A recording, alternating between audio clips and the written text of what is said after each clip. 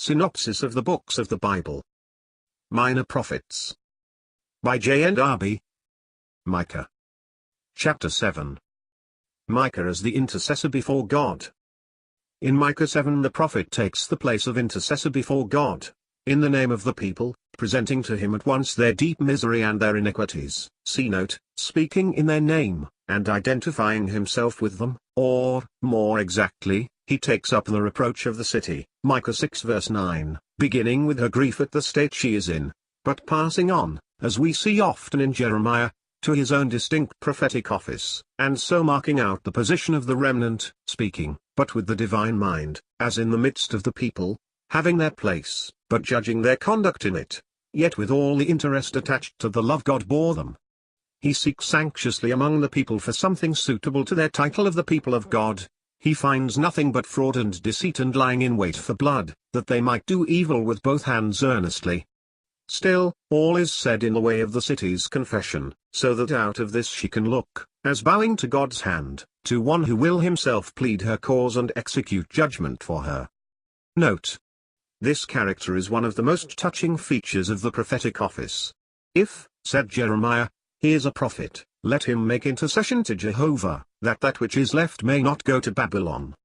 He is a prophet, said God to Abimelech, in speaking of Abraham, and he will pray for thee. In the Psalms also it is written, there is no prophet left, none to say, how long? That is to say, none who knew how to reckon upon the faithfulness of Jehovah their God, and, knowing that it was only a chastisement, plead with him for his people, compare Isaiah 6. The Spirit of God declares judgment indeed on God's part, but, because God loved the people, becomes a spirit of intercession in the prophet for the people. With us, the same thing is developed in a rather different, but more blessed and perfect manner. Intelligence of the will of God enters more into it. If ye abide in me, and my words abide in you, ye shall ask what ye will, and it shall be done unto you. And all are prophets in this, 1 John 5 verse 16, end of note. Hatred produced by the preaching of the gospel. We find here a striking circumstance.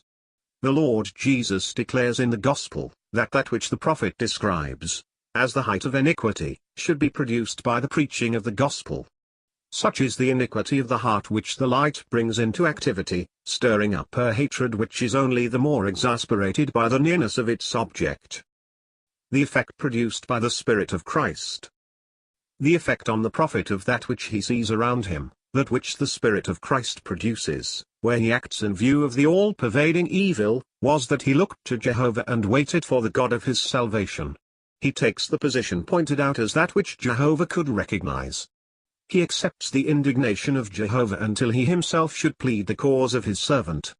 In fact, Jehovah would bring him forth to the light, would show him his righteousness.